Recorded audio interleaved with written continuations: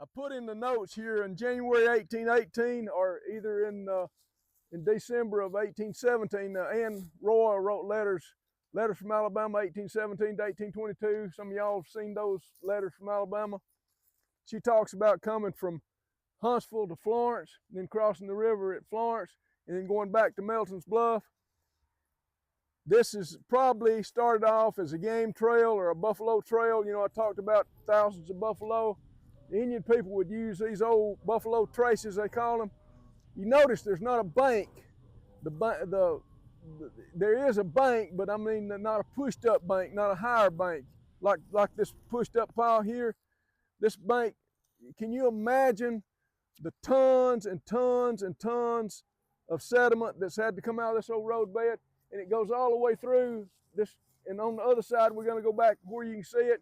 It's probably 15 feet deep just before it goes into the about 200 or 300 yards from the lake. It crosses the lake and it goes all the way through Florence. But this was a connecting route between Huntsville and Florence, and it's probably the old Lee Highway. Yeah, Lee Highway. now this wasn't a highway. It was an Indian path, Indian trail, and then it was probably one of those roads that they were talking about, that Meggs was talking about, over 400 miles of roads that the Cherokees had built for carriages. Yeah. But this road, if you'll notice, it's probably 30 feet wide all the way up through there. Probably in places it's 10 to 15 feet deep. So it's been used, we know, since Ann Roy came through here. And there's one important thing about this. Every September, there's a big motorcycle ride. Y'all have heard about the Trail of Tears motorcycle ride that goes to Chattanooga. This is one of the routes I was talking about that the English used from old Charlestown, South Carolina to Chickasaw Bluffs on the Mississippi River. Because what the English were trying to do, they had goods that were better than the French and the Spanish. They were undermining those two nations. They were trying to get total control of this area, and they eventually did. But they were bringing materials on both on the south side of the river. There's roads just like this.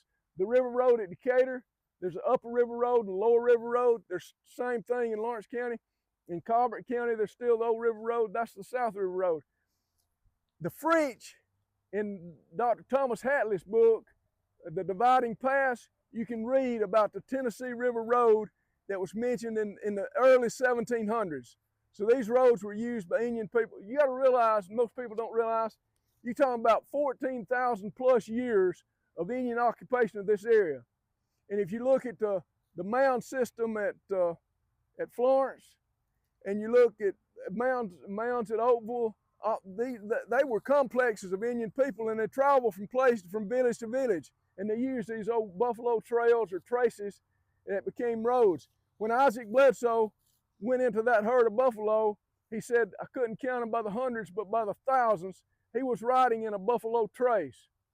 When Daniel Boone says, I seen buffalo, and he stops right there and says, thousands and thousands. That's how he reported it to Henderson when they were doing the Treaty of Sycamore Shoals. But this route became very important during removal. Gustavus, if you look at your notes, Gustavus S. Drain, with 1,070 Cherokees, left Ross's Landing on June the 17th, 1838. He arrived at Waterloo on July the 10th, 1838. So about a month of travel, and he traveled this route here. And this was an overland route from around Chattanooga to Waterloo. This is the same route that you had 1,000 people stretched out, 1,000 Indian people.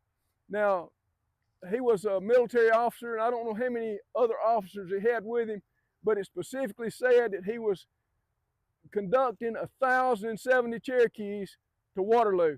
And the reason he was conducting them to Waterloo, in that particular year, the river had gotten so low that barges or boats, keel boats, could not pass down the river.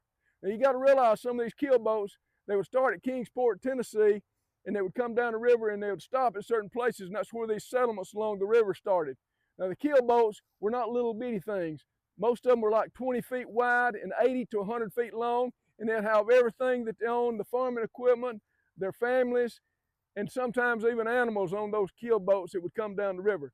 But during this year, in 1838, the river was so low that any kind of boat couldn't go down the river. So he had to come overland, and that's the reason Drain brought his group this way. And they went on west to Indian Territory. But if you want to walk up and look at the banks, to me, it's amazing that one regional section of this road still stands with as much modern construction. Look at this building. It's sitting on the bank of the old roadbed. And you see these size of these trees on this other bank? This road is probably 30 feet wide. Hayes and I walked the part over at Killing. And where the road comes off from Elgin Crossroads is 4-lane. It goes on the south side of the hill.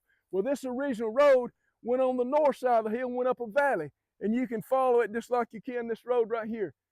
When we stopped over there at that turnaround where it crosses Cypress Creek, if you notice those big banks, of course, most of them are mowed and all, but these banks were eroded out just like this. This is what you look for when you're walking through the woods and you're looking for an old Indian trail or an old Indian road. You look for these natural banks. And if you look right up there, way up there, there's a big tree that's actually growing in the bottom of the road. Anybody got any questions on this?